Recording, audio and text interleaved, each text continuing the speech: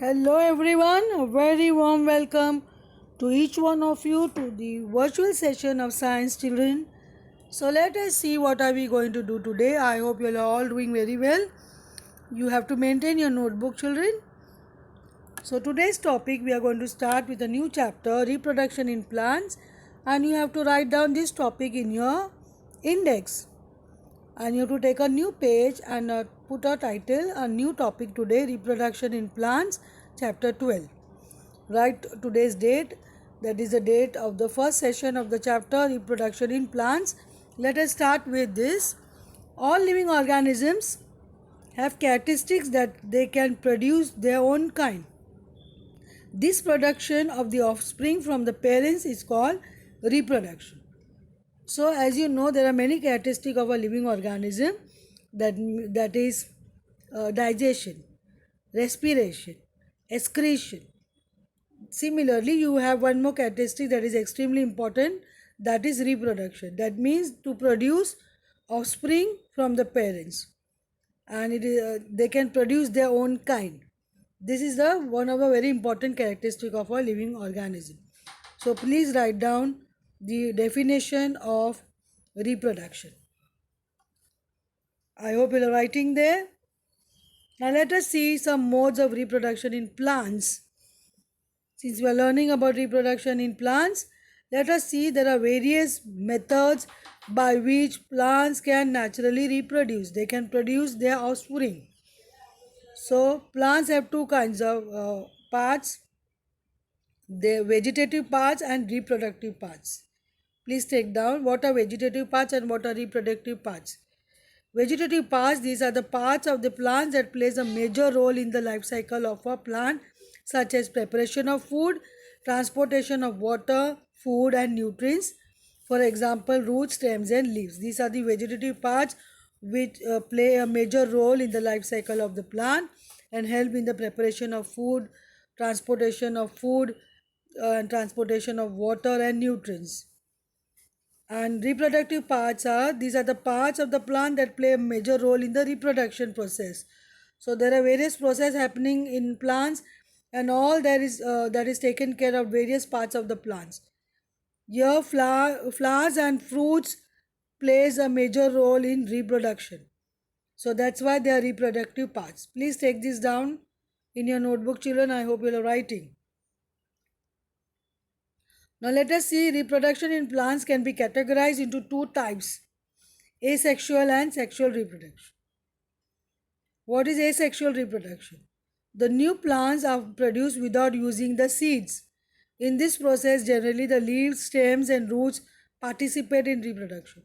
So here there is no use of seeds, but different parts of the plant take care of the reproduction. That means leaves, stems and roots, they will participate in reproduction, they will multiply, they will actually uh, uh, do the process of reproduction.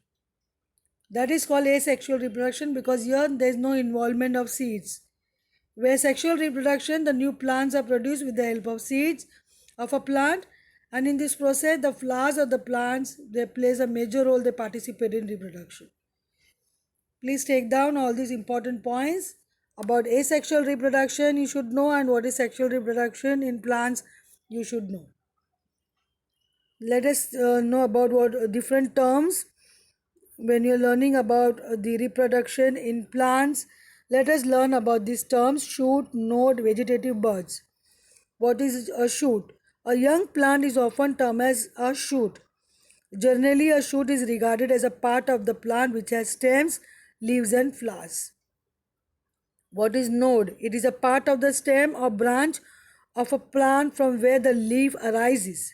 So you must have seen in a branch of a plant or a stem, you will see some kind of nodes where the leaf will arise. And vegetative buds, sometimes buds are present in the leaves that are capable of developing into shoots. These are called vegetative buds. So what a shoot? A young plant is formed. So sometimes you see some birds are present in the leaves that they themselves develop into shoots. That means develop into a young plants. These are called as vegetative birds. Please take all these points in your notebook, children. Here you will have a reproductive shoot, that is flower. You can see in this diagram. You see various part of the plants over here, the shoot system, the root system, the branches of the roots. You see stem, you see leaf that has blade. It has petiole which is attaching it to the stem. You have vegetative shoot. From a node you will have a vegetative shoot. From a bird, actually you have learned about vegetative birds. So you have a vegetative shoot over here, then you have a apical bird. You can see node, and you have internode. The distance between two nodes you can see over here, that is internode. And the apical bird you can see, and you will see the reproductive shoot, that is flower. So these are the various part of a plant.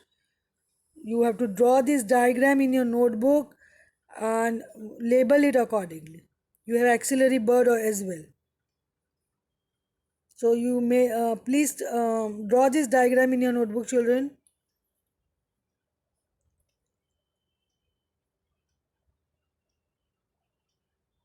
I hope you are drawing this.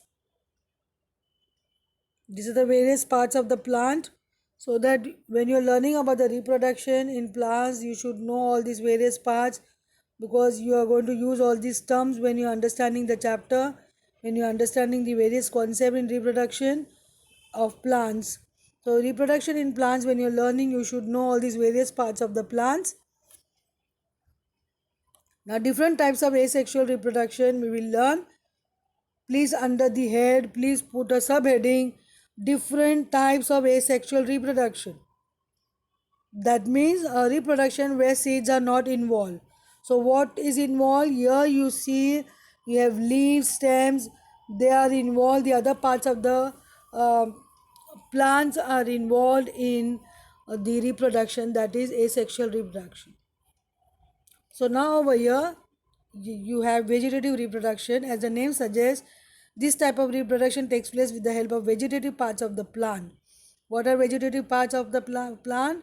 Leaves, stems and all, which you have learned. And only one parent can produce the identical offspring in vegetative propagation. So that is vegetative part of the plant will propagate, and that is actually the asexual reproduction. That please take down, first type of asexual reproduction is vegetative propagation.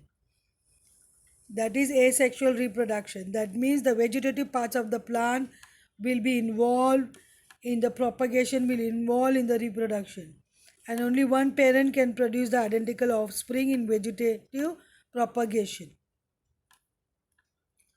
Now let us see natural means of vegetative propagation. Vegetative propagation by roots. As we know, the asexual reproduction, you have vegetative parts like root, stems and leaf.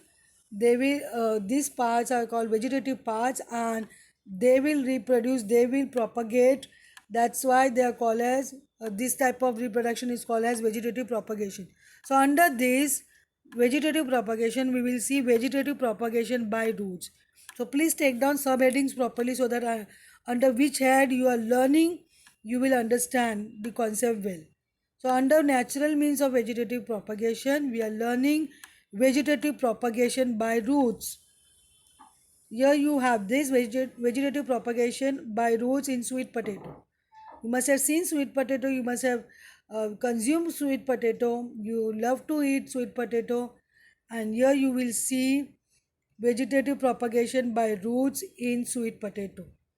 So sweet potato is a root, and you will see a new shoot from a bud, and bud on the root tuber. You will see swollen root act as the storage structures, and see the old stem.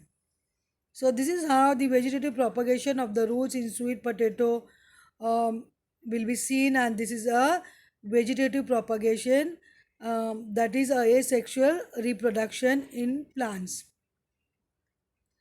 Now plants that have tuberous roots, that is roots which are used as storage organ in plants, participate in vegetative propagation. In order to grow new plants, these tuberous roots are sown in the soil.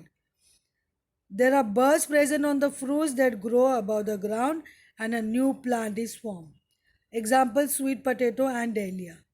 Please take this down. This is vegetative propagation in roots, you can see. And here you have seen example of sweet potato and how vegetative propagation happen in sweet potato you have seen. So here you are seeing the vegetative propagation in roots. You are learning under the head vegetative propagation by roots you are learning. Please take down all these 4 points under the head vegetative propagation by roots. Thank you children. I hope the concepts are clear with you. Take down all the points discussed and take down the proper subheading so that under that you can make points and understand the concepts. Thank you again and have a great day.